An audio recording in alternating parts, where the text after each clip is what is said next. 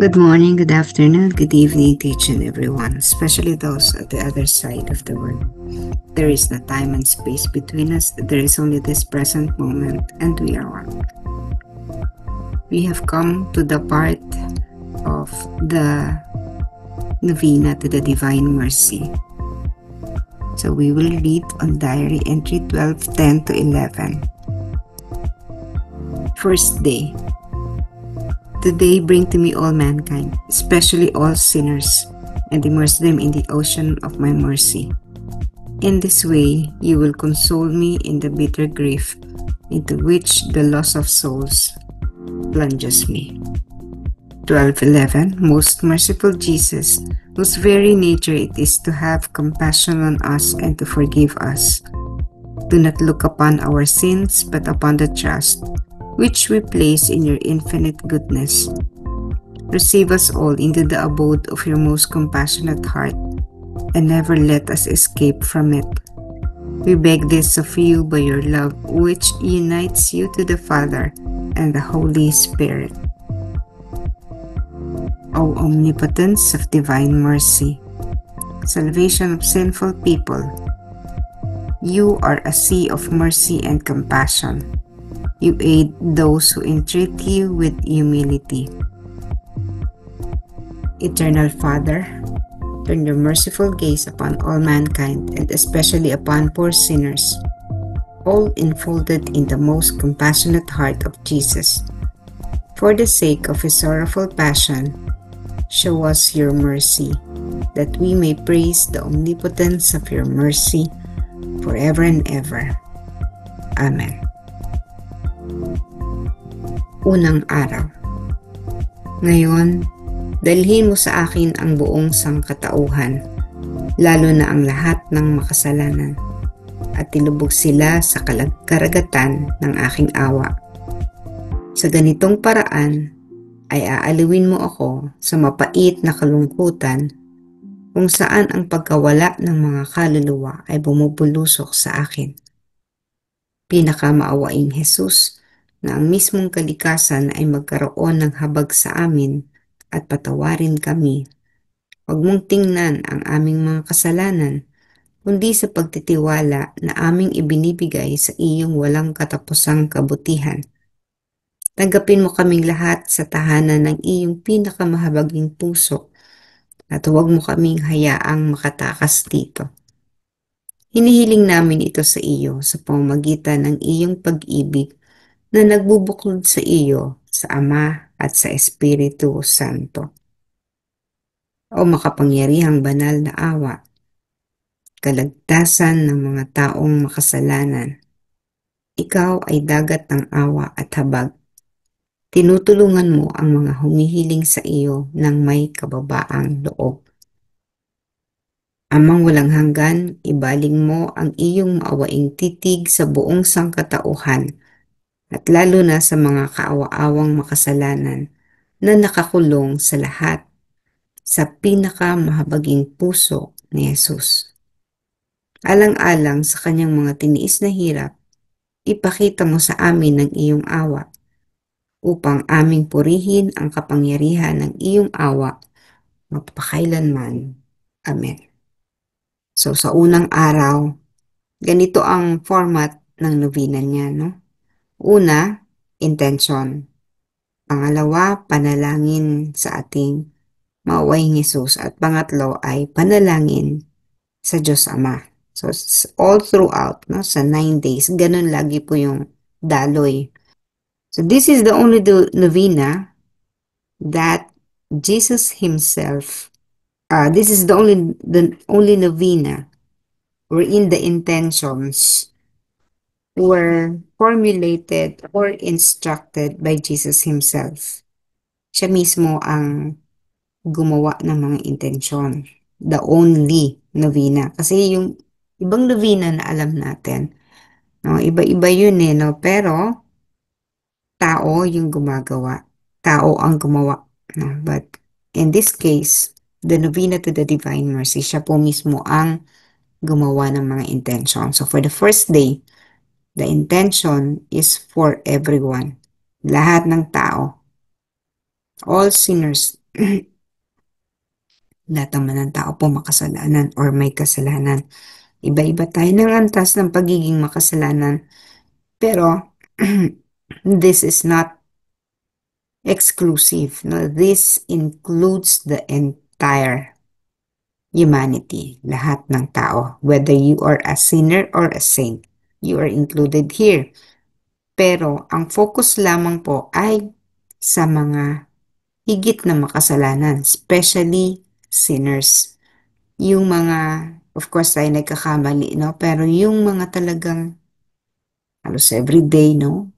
Nagko-commit ni mga malalala, yung mga kasalanan. But, because we are also sinning every day or once in a while, ganun, no? Kasama pa rin tayo. At ang sabi ni Jesus, ilubog sila sa karagatan ng awa. Bakit tayo kailangang ilubog in the ocean of mercy? Bakit hindi sa isang timbang tubig? Sapagkat ang kasalanan ng buong mundo pag tinipon natin ay sobrang laki, sobrang dami. If you could only see every minute, every second, how the whole world is sinning or making sins, hindi ka, hindi mo na naisip mabuhay. Baka mahimatay ka. You might faint, no? Mahimatay ka sa tindi. Imagine, you will see one person killing another person, no? Or you will see how those who killed the sabongeros, no? Kung paano nila pinatay ito. Or you will see how the corrupt people are extracting the public funds, no, for corruption purpose. Makikita mo yun every second. Baka hindi mo kayanin. You will see how the war is going on, no, how people are plotting for destruction of other people. So this is very immense, the whole world.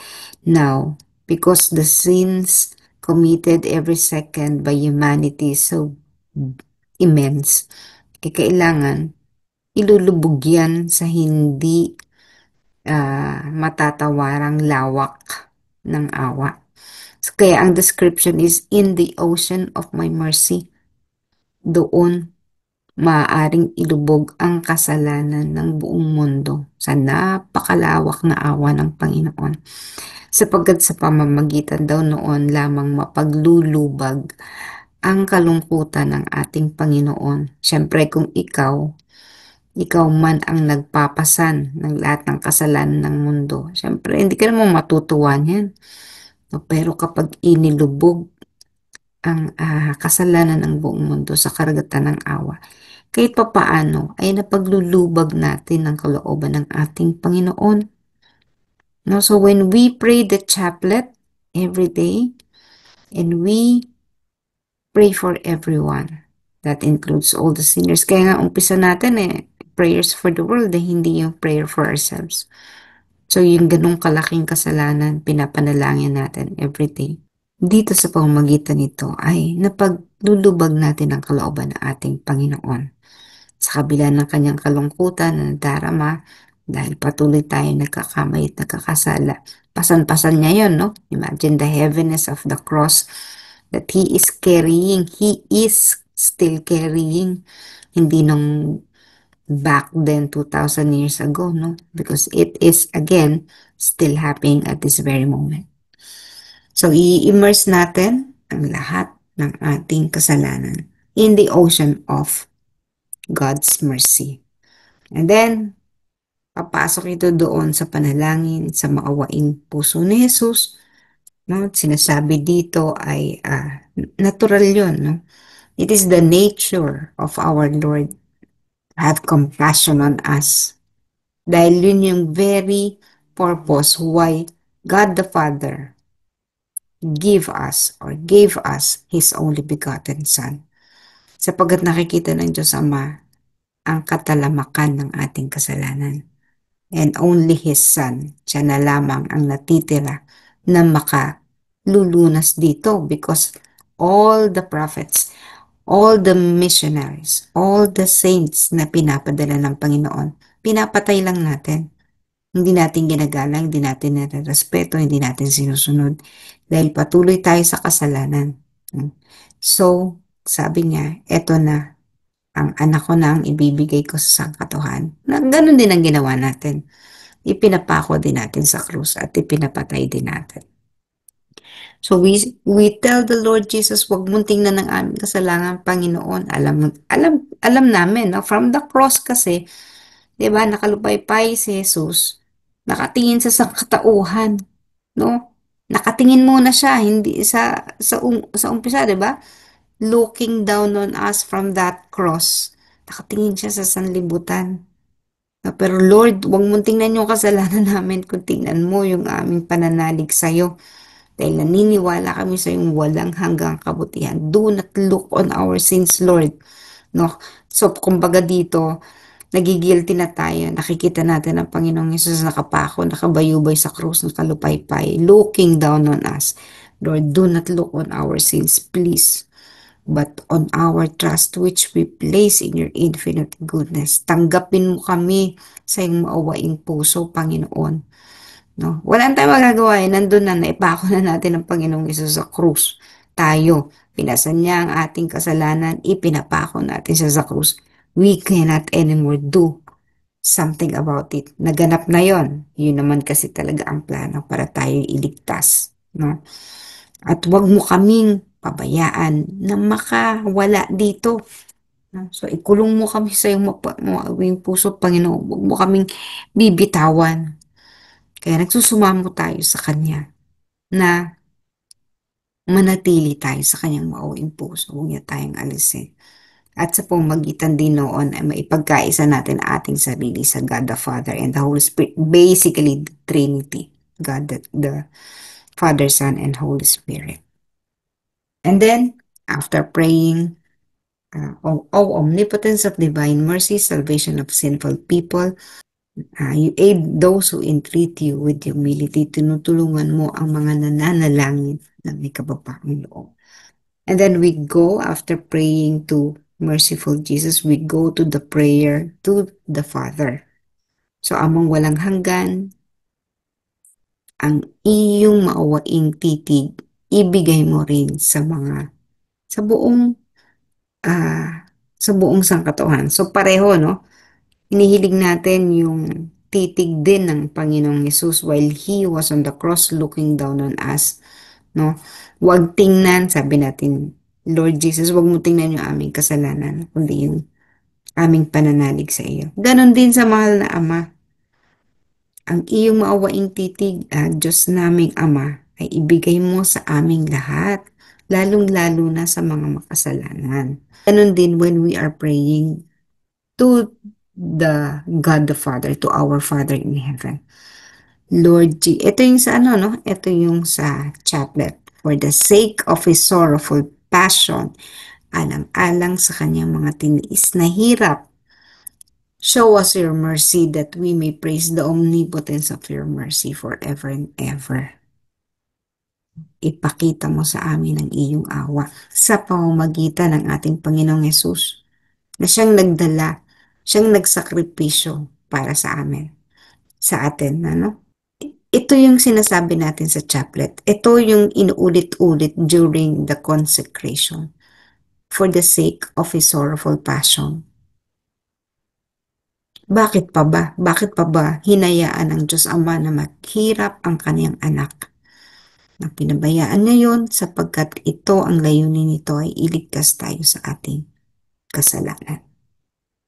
And so, dahil doon sa mga naganap na yon na pagpapakasakit ng Panginoong Yesus, ipakita mo, Panginoong Ama, ang iyong awa sa amin upang aming mapuri ang iyong kapangyarihan magpakailanman. So that is the first day of our novena. So siguro ngayon pa lang natin maunawaan, no? Yung first day ng novena na magkaugnay ang panalangin kay Jesus at sa Diyos Ama. And this is focused on the gaze, sa tingin ng Panginoong Jesus para sa atin. Jesus who is looking down on us from that cross, no? And at the same time, yung tingin ng ama. So parang imaginein mo, yung tatay, nakita niya yung anak niya na naghihirap para sa isang tao. No? Sa halip na yung ama ay magalit sa mga taong nagpapahirap sa kanyang anak, ang hinihiling natin, Diyos Ama, kung ang tatay yan, ano? Doon hihilingin natin sa ama na, wag mo po kaming tingnan. Kasi tayo ang naging dahilan ng pagkakapako ng kanyang anak eh, no? So, wag mo tingnan mo po ang aming ginawa sa iyong anak, kundi ipakita mo sa amin